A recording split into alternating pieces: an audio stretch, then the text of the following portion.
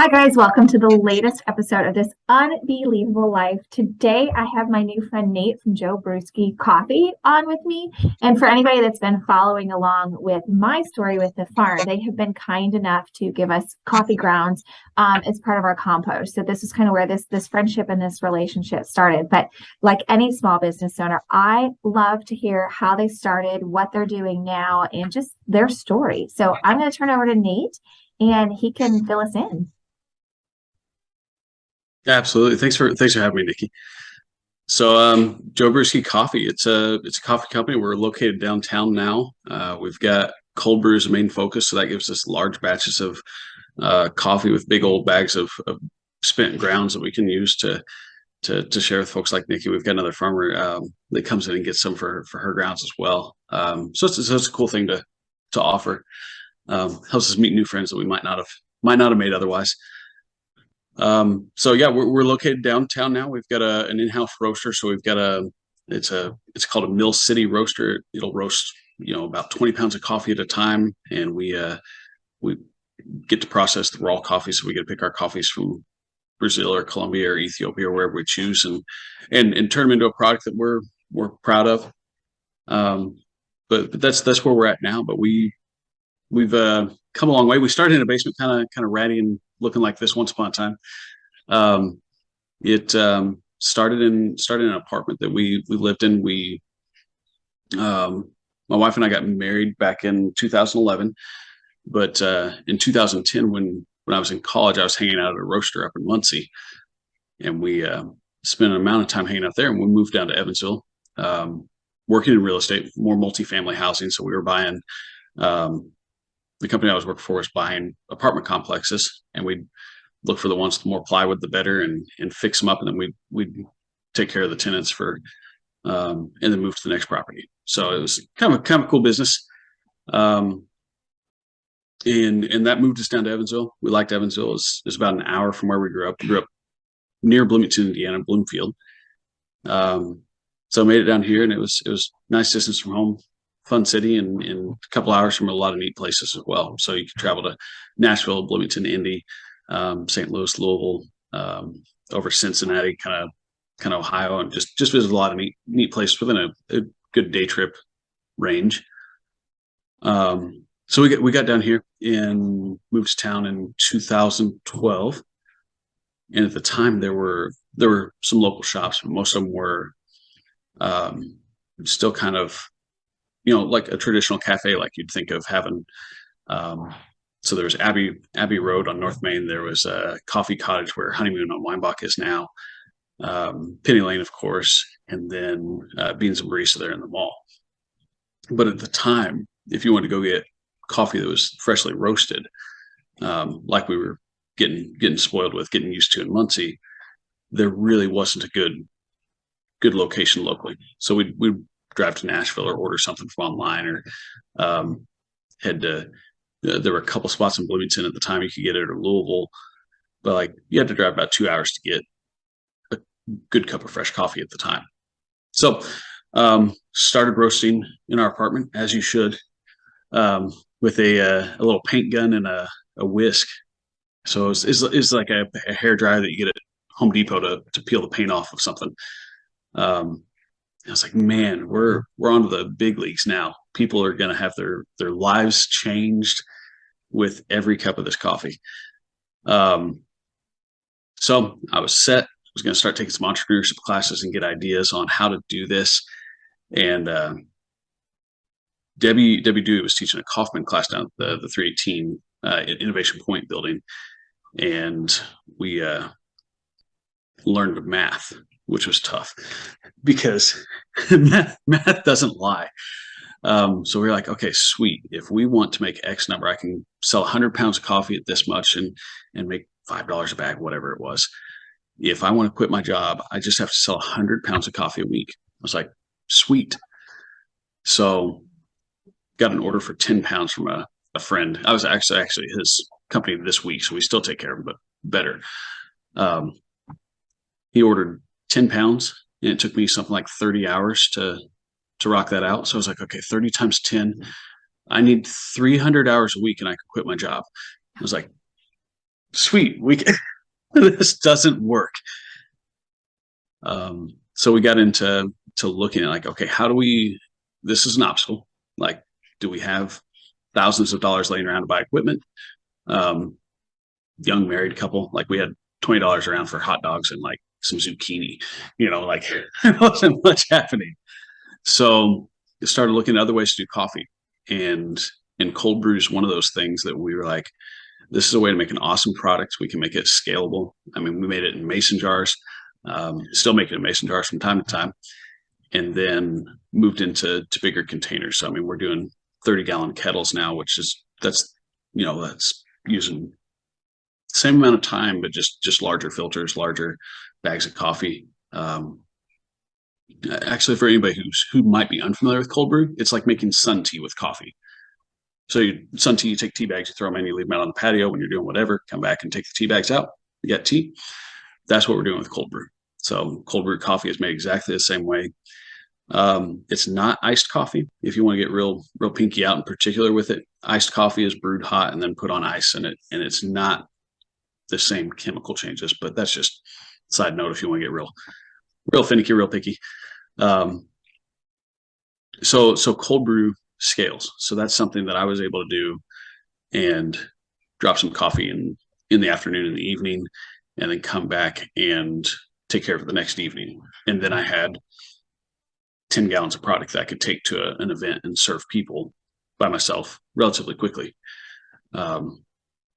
Because, we were doing some pour overs and stuff like that at the time. And like, okay, if I have, it's the same math problem. If it takes me 4 minutes to make a cup of coffee, how many people can I serve in an hour and 60 minutes?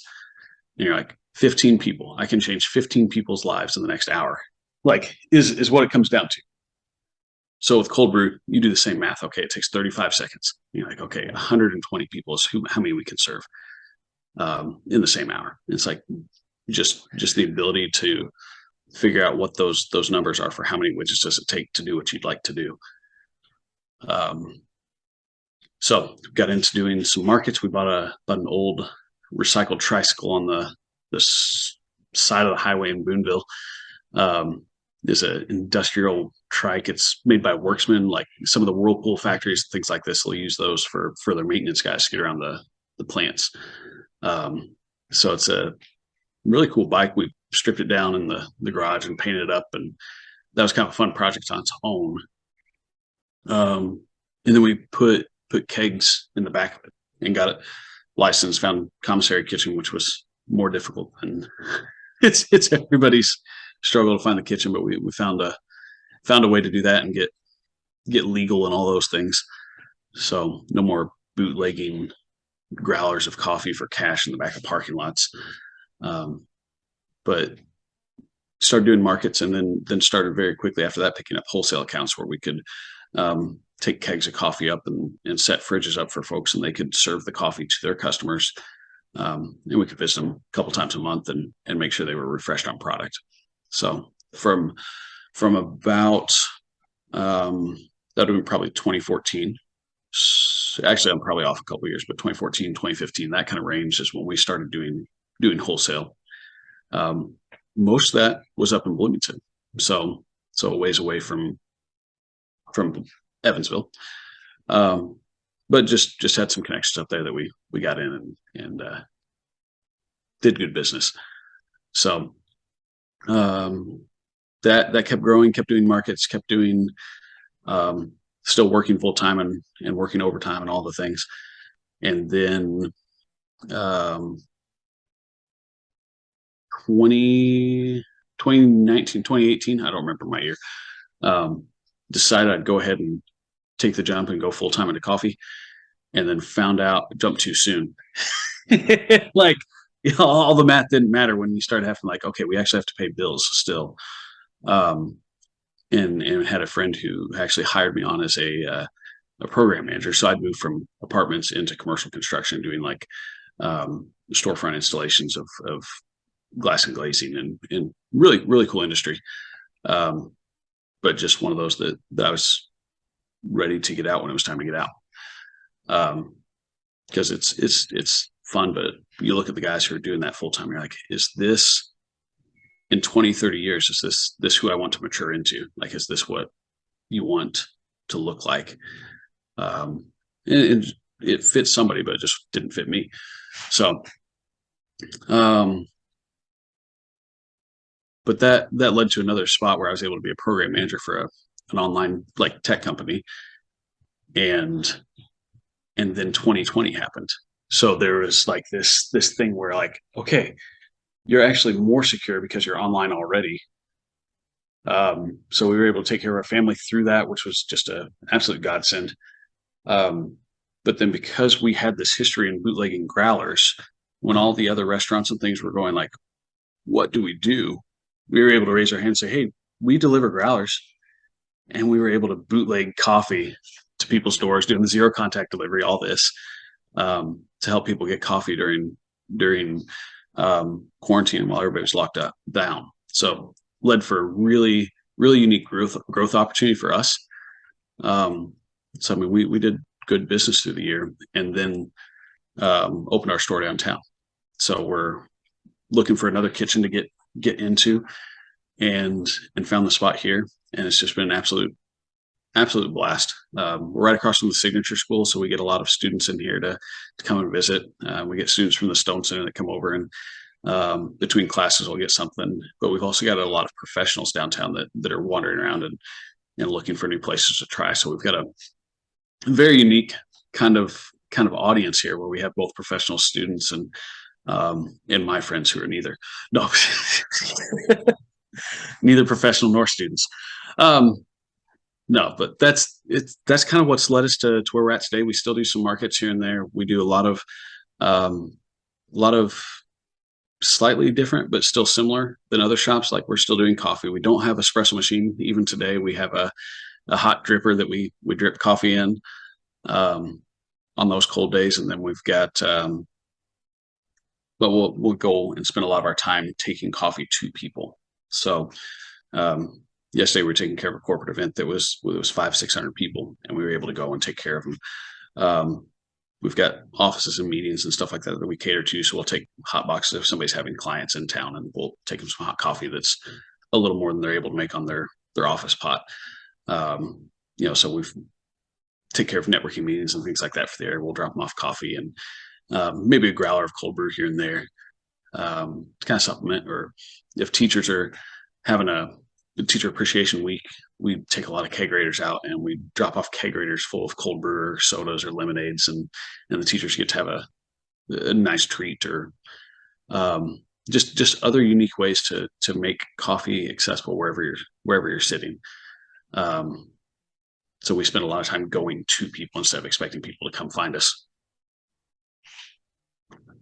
Very nice. Well, I love hearing that story, and I love hearing how other small businesses build themselves up. And I love hearing not only that, you guys are successful now, but, you started part-time going into it as kind of a side hustle on top of what you were doing. That's very much what I have done in my career, building up my real estate. So I find that so inspirational to hear another person telling their story. What else would you love to add to this? The last year has been really, really interesting because we've been building a team. So, I mean, for a long time, it was myself, and I had another business partner for a time. But now we're into kind of team building, and that's been fantastic. So I'm actually spending less and less time making the coffee myself, which is kind of like there's a little existential crisis there for a little while. Like, if I'm not making the coffee, what do I do? I'm like, yeah, what do I do? But we're actually taking some courses. They're through a program called Giant. We're taking altitude training with Extend Group. They're a organization directly next door to us here. It's kind of a modified Myers-Briggs, but it's applicable. So you've got like tools that are like, okay, are you healthy in what you're doing? Like, you need to do things that fill you, but you need to do things that challenge you. Are you balanced in what that should be? Are you healthy on all sides? Like, financially, are you healthy personally? Do you have enough purpose here and clarity here in what you're supposed to do at Joe Brewski? Do you have security at home with your other relationships? Like, because all these things play into being a complete person. So we're spending a lot of time with team building, and that makes an environment here that's just fantastic to come and work. It's made me have to look at broccoli in my teeth and go like, hey, we've spent a lot of time on the business here. Like there's some time to put things back into balance and spend a little more time at home. So I mean that eventually would turn into something that was affecting how I was working here. So we're spending a lot of team building time, which is fantastic. Getting right people into right places to do awesome things. Like we've got guys who are a lot more intelligent than I am, doing a lot of cool things that help kind of boost the business up. And I'm excited to see where we're going with it. We're about 16 weeks into a 52-week course on this kind of leadership and like team culture, kind of how to communicate on this. And it's a cool journey to be on. So a lot of cool things. We're getting excited about what's on the horizon. That is absolutely awesome. Now, if they want to find you online, where do they go? We've got Facebook, we've got Instagram, we have email. I check that as infrequently and inconsistently as to be expected, but it is there, and one day it will get answered. But yeah, Facebook and Instagram, we've got multiple people monitoring that can help out. Absolutely fabulous. Well, Nate, thank you so much for sharing your unbelievable life. And everybody, y'all need to go down to downtown Evansville and check out their coffee, or reach out to them on social media for more information, because like he said, they do big scale events. So whether you're bringing in teacher appreciation or have a meeting, event, a wedding, this is the perfect addition to that. Nate, thank you so much for sharing your story, and thank you guys for listening to this latest episode of this Unbelievable Life.